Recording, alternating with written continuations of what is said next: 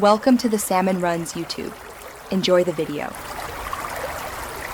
You start by verifying your Geometry Dash version and platform because shaders require a matching mod build. Once confirmed, download the latest shader mod release and any required runtime libraries. Make sure they match your DirectX/OpenGL environment. Next, create a backup of GD, EXE, and your config folder so you can restore if something breaks. Finally, extract the mod files into a temporary folder so you can see which files will replace or augment the game files before you copy them into place. Now install.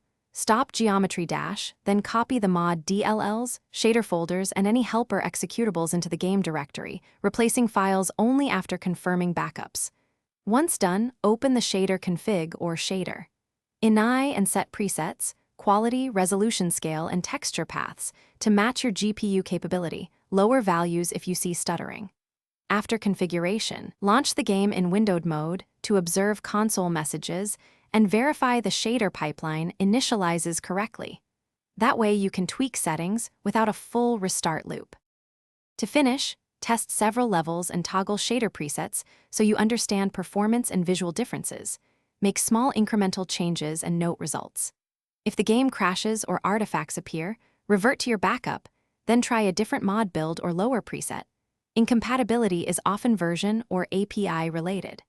Also inspect the mod and game logs for missing shader includes or API errors. Those lines tell you whether a file or runtime is wrong. One key tip: always match mod release to your exact game version to avoid most problems. Thanks for watching. Consider subscribing if we helped you.